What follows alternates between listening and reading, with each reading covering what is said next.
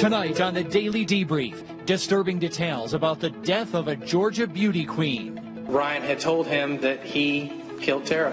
One defendant's brother's plan to help get him out of jail before trial backfires. Your brother has in fact confessed to killing Tara Grinstead. Yes, ma'am. This is the Daily Debrief for Monday, February 11th.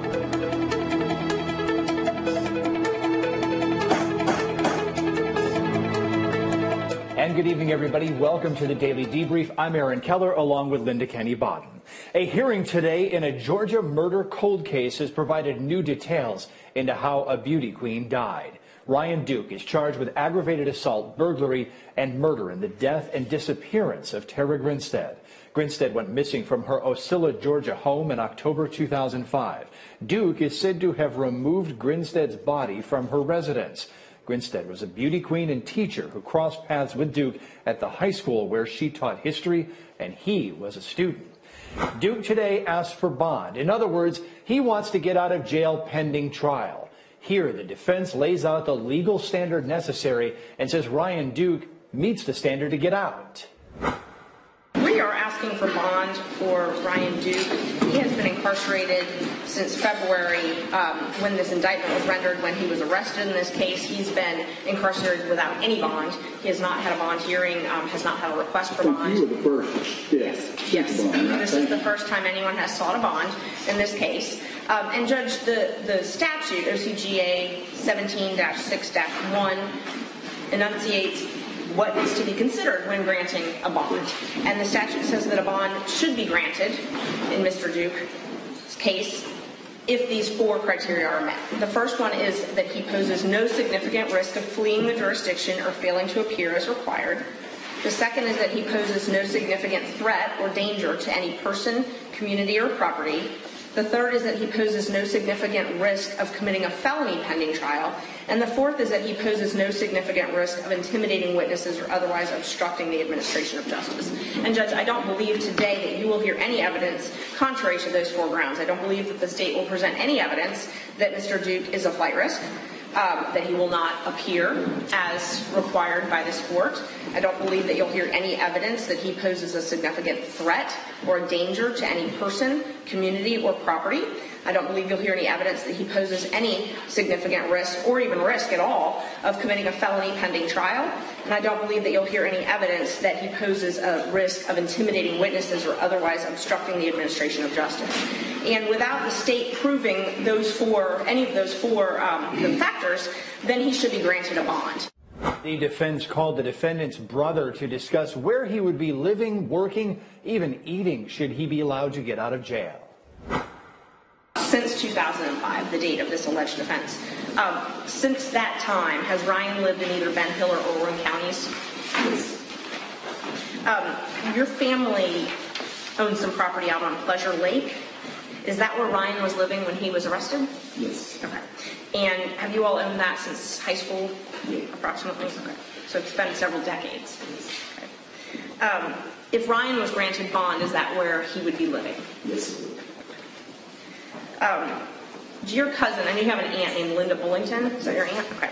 And do her children run a restaurant in this area? Yes. What's the name of that restaurant? Dixie Kitchen. Dixie Kitchen? Okay. And if Ryan was released on bond, would he be able to work there? Yes. Okay. Does Ryan have a car? No, he does not. Does he have a driver's license? No, he does not. Does he have a passport? No. So, the defense wants to make out the case that Ryan Duke is not a flight risk. The prosecution, however, painted Duke as an awkward recluse without job skills and a history of drug use on top of that. Be around people, he gets nervous. He has anxiety, yes. He has anxiety. Yeah. What would he be doing at Dixie Kitchen? From my understanding, he would be working in the back, cooking. Okay. Ever worked at a restaurant? No. Now, part of that anxiety, let's talk about that. Your brother has had a history of drug abuse, correct? Yes. And he has also had a history of alcohol abuse. Yes. You familiar with the fact that he's had 2 prior convictions for DUIs? Yes. And in fact, he's even been at least investigated for forging checks in your name, correct? Yes. And those were checks that belonged to you. Yes. That he wrote at or was it Harvey's here in Osceola? I don't recall. But you broke those without your permission. Yes. Was he ever charged with that? Yes. Do you know if he was convicted of that? No. Is it my understanding that in lieu of him being convicted or prosecuted on that case, that's when he went to the military?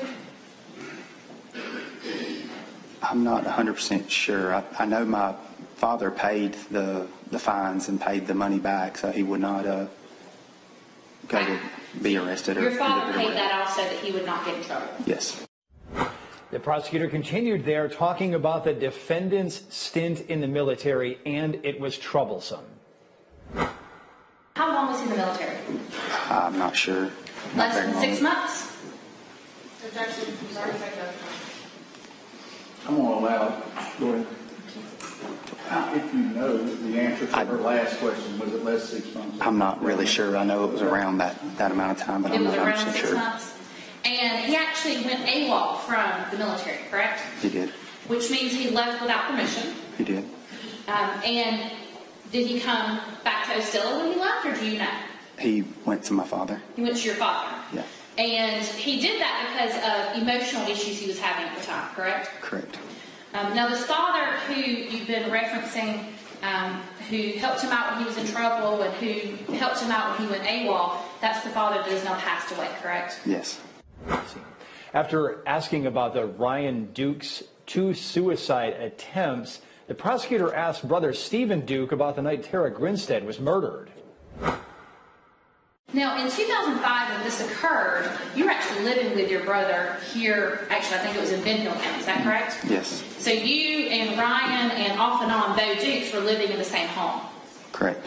And in fact, to your knowledge, you were home the night that the murder occurred. From what I have been told, yes. I don't remember that time frame, but I was told that I was there, yes.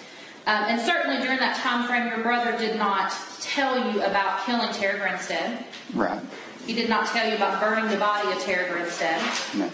And the whole time you were living in the house with him and had no knowledge of any of this. Correct.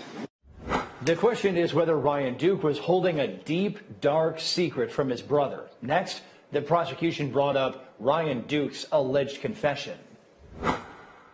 You're familiar with the fact that in this case your brother has in fact confessed to killing Tara Grinstead. Yes, ma'am. And you're familiar with the fact that he has admitted to burning her body along with Bo Duke. No, ma'am. You're not familiar with that? No. You don't know that he's admitted to burning her body over 7 days? I have not heard the confession, but he had told me that he did not burn the body. I didn't ask you what you've heard as far as the hearing. You're familiar with the fact that he is charged with that, correct? Yes. And you're saying that he's not told you whether or not he in fact burned the body? Correct. Now, the statements that you're talking about that he's made to you denying those have only been made since he's been in jail, correct? Yes. And would it be fair to say those have only been made within the last year? No. When did he first tell you that he did not kill Tara Grinstead? One of the first couple times I went and visited him. And how soon was that after his arrest? As soon as he started seeing family, me and my father went and seen him. And how soon was that? I don't recall. I know it was a little bit of time after he had been. Was it more than in a jail. month? Maybe. More than 2 months? I really don't remember. Maybe 2 months. And that was when you specifically confronted him about it, correct? I asked him about it, yes. And at that point, he denied it to you? Yes. The prosecutor also said the defendant didn't want to talk to his own mother. Then the prosecutor cut into more details of the defendant's alleged confession. He's told you that he was familiar with the fact that Tara Grinstead had been killed. Yes. And he was familiar with the fact as to who had done it. Correct. He was familiar about how it was done. He never told me how. Was he familiar with the fact that her body had been burned? Yes. Yet, from 2005, when you were living with him until he's locked up in the Irwin County Jail, he never once mentions to you the fact that he knew you had killed Tara Grinstead. No, ma'am. And he never once mentions to you the fact that he knew that her body had been burned. No, ma'am. And he never once mentioned to you any knowledge of this murder whatsoever. No, ma'am. And what of the accused co-conspirator in the death of Tara Grinstead? His name is Bo Dukes, and this defendant's brother does not seem to like him. Why were you trying to kick Bo out? I wasn't really friends with him. Okay. Was there any other reason? He just was strange. I wasn't particularly fond of him. Okay. after Miss Grinstead went missing, then Ryan started trying to get Bo out of the house. Do you remember that? Yes, ma'am. Okay. And it was quickly after that he tried to get Bo out of the house. Do you remember that? Judge, objection. She's still leading the witness. Would you like to do it? Do you remember? Stay medicated. I'll rephrase it. Okay. Do you remember Ryan trying to get Bo out of the house? Yes, Ryan was trying to get Bo to move out after I had moved out, and Bo would not work and contribute to paying rent and light bill and things like that. Do you remember if it was something that happened quickly? It wasn't very long after I moved out and them two moved in or got a house together. Next, the lead investigator in the case told the co-defendant's story of what happened to Tara Grinstead. Naturally, the story of the co-defendant, Bo Dukes, implicates this defendant, Ryan Duke. Before Tara didn't show up for work on that Monday, he said that Ryan had come to him at their house that they were living at together in Fitzgerald, and that Ryan had told him that he killed Tara. And Bo said, based on what he had told him, he didn't believe him initially.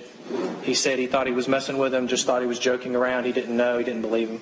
As the investigation started on that Monday, Tuesday, and into Wednesday, he indicated that people had been talking more and more about the case. It was obvious that there was something going on, that Tara was missing, and that he reapproached Ryan again and basically said, "What do you mean you killed?" Basically elaborate, tell me more. What did you do?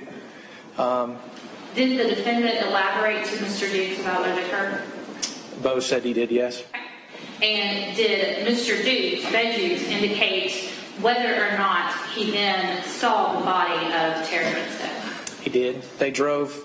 They got into Bo's truck, and Ryan directed him to the orchard. Directed him to a location in I'd say the eastern part of the orchard. It's the back corner of the orchard, and that Tara's body was lying in a tall grassy area adjacent to the pecan orchard. Her body was nude.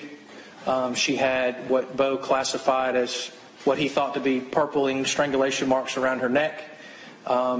He noted that she had a belly button ring, but once again, she was nude. He indicated there were signs of lividity, rigor. There was animal activity, insect activity, ants on her body. So yes, he did see her body. That investigator went even further and explained why authorities never really found Tara Grinstead's body. This testimony is based mostly on interviews with co-defendant Bo Dukes.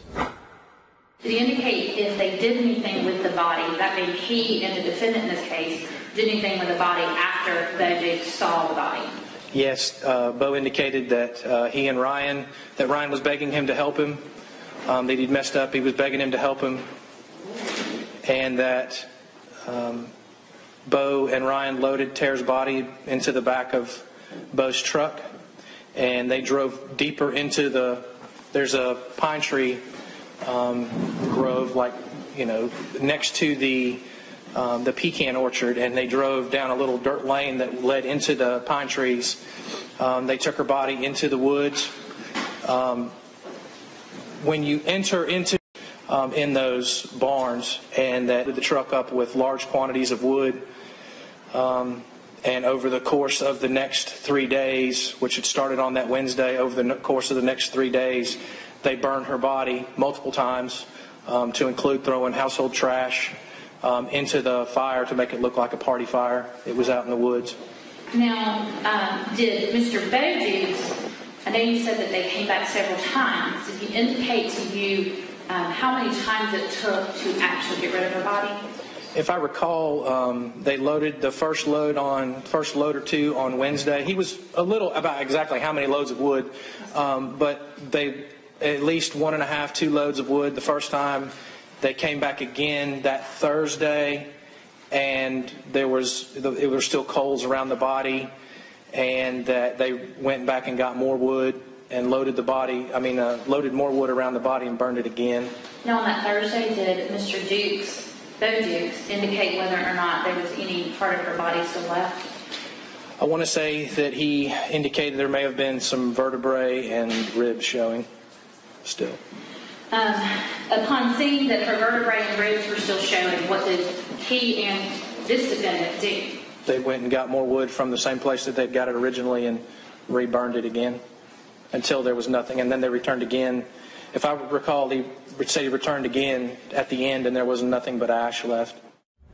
Joining me tonight is my co-host here on the Law and Crime Network, criminal defense attorney Kenney Baden. So, Linda, this is sinister stuff here. We're talking about burning a body to the point where it's gone. There's nothing left. And that can't happen because the teeth are always going to be left. So the investigators go to that place, which is a burn pit. Kind of sounds almost familiar, doesn't it, Aaron? A case of making of a murderer? Yeah, right? this sounds There's familiar. going to be something left there. Even in cremation, which is at a higher rate, there's something left. It sounds like to me, the question is, who is the killer here and who was the accomplice after the fact? Okay, so much of what the investigator said came out of Bo Dukes' mouth. Is Bo Dukes the one who really did most of it, and he's trying to throw his buddy Ryan Duke, without the S, under the bus? Or is it the other way around? Because remember, Ryan Duke DNA is not found in the house, and Bo Duke's DNA can't be eliminated in the house. And Ryan Duke only had 2 DUI convictions, and Bo Dukes is now in jail for attempted rape, kidnapping, and, a felony assault awaiting trial. So, who's more likely, as defense will say. Okay, look, one of the big bombshells that came out of this hearing, though, today was that Ryan Duke has DNA along with the DNA of Tara Grinstead on a latex glove police recovered in front of Tara Grinstead's home. So if this defendant, Ryan Duke, if his DNA is in the glove and it's near the house, now we've got gloves near houses. This is like a synopsis of famous cases here. But that puts him somewhere related. Yeah, and it puts him, as the defense attorney said at the end, could he be accomplice? Could he be accomplice? And the investigator at the very last minute said, well, it is what it is. So this is going to be a hot trial, and I don't mean that as a pun. This is a hard-fought trial. Yeah, judge denied change of venue, denied a request for an investigator to dig into the background of potential jurors, and they're still arguing about the bond as we speak. We're going to move along, though, here on the Law and Crime Network. Still ahead on the debrief, a look to a case we're covering this week involving the murders of 4 people, plus updates in the case we've been covering out of California, the McStay family murder trial, a mysterious check made out to defendant Chase Merritt found on victim Joseph McStay's computer. Does the check lead prosecutors to a motive? That is when the debrief continues.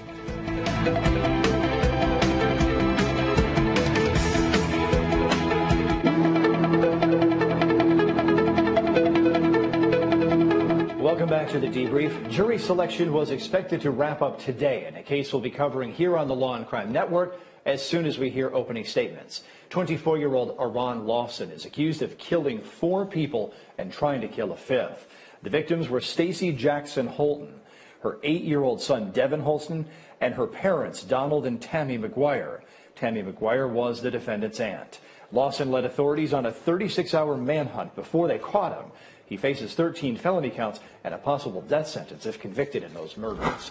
Now to the case out of Southern California we've been following for quite some time here on the network. He's accused of killing all 4 members of the McStay family. Charles Chase Merritt was a business associate to father and husband Joseph McStay. First, the McStays disappeared. Then, authorities believe they may have fled to Mexico to avoid debts. Police even pointed to video shot near the border as possible proof. Then the authorities backtracked when a dirt biker stumbled across the family's remains buried in the Mojave Desert. Prosecutors claim the defendant killed for money.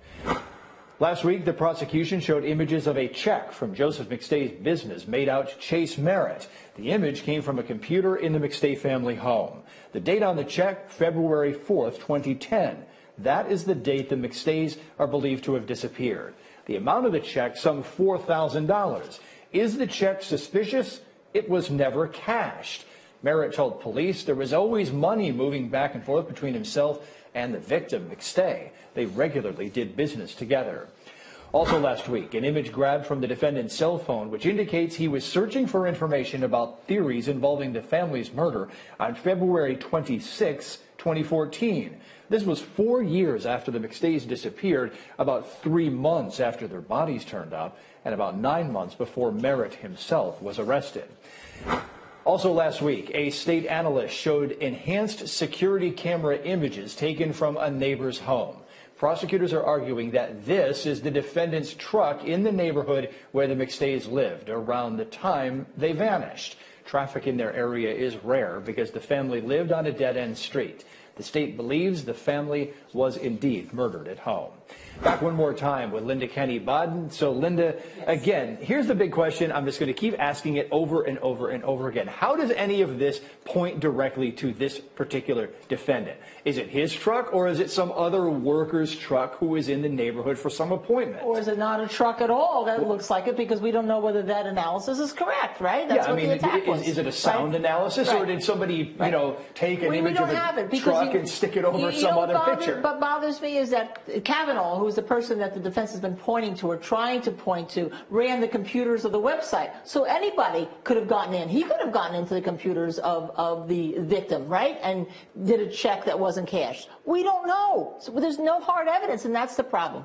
Yeah, exactly. Okay, so, what of this Dan Kavanaugh? He claims he was in Hawaii. The police just buy it. They're really zeroing in on this defendant from the get-go. Is it a case where they went after the wrong person from the beginning and they don't know how to back out of it? Yeah, we don't know. Honestly, I don't know. I mean, I would have looked at Dan Kavanaugh more. You have brutal murders. That's what's about here. And you have the police, apparently defense says through one of the pleadings, they thought that there was a rape of the wife, brutally murdered, hits to the head. Could this guy be the one that does it? It just doesn't smell or look right. Okay, so the prosecution has taken a long time to lay out the evidence here. Right. Almost too long. What do you think? Oh, I think that whenever you have a long trial, that goes for reasonable doubt, because if he did it, boom, give it to us. Boom, boom, here it is. We as juries want to hear it. The longer the trial, the better for a defendant. Okay, all the pictures that have come in, some of them are helpful. Okay, it's helpful to say, okay, the hammer in the grave is likely what caused the wound in the skull. The sizes just match up. But all the pictures of the interior of the house, why are they even relevant? Well, what they're trying to say is that there's blood spatter on the table that no one ever tested. That is really questionable. The rest of them are totally irrelevant. Matter of fact, they help the defense. It shows that there wasn't a brutal murder in that house. Linda Kenney Baden, appreciate your insight tonight here on the Debrief. And that'll wrap things up for the Daily Debrief tonight. I'll see you right back here at either 4 o'clock or 5 o'clock. The schedule, of course, on the Debrief depends on what's happening in the McStay family murder case. Live trial coverage picks up tomorrow on the Law&Crime Network at 9 o'clock Eastern. And, of course, we will continue to monitor what's happening in the Grinstead hearing. Good night.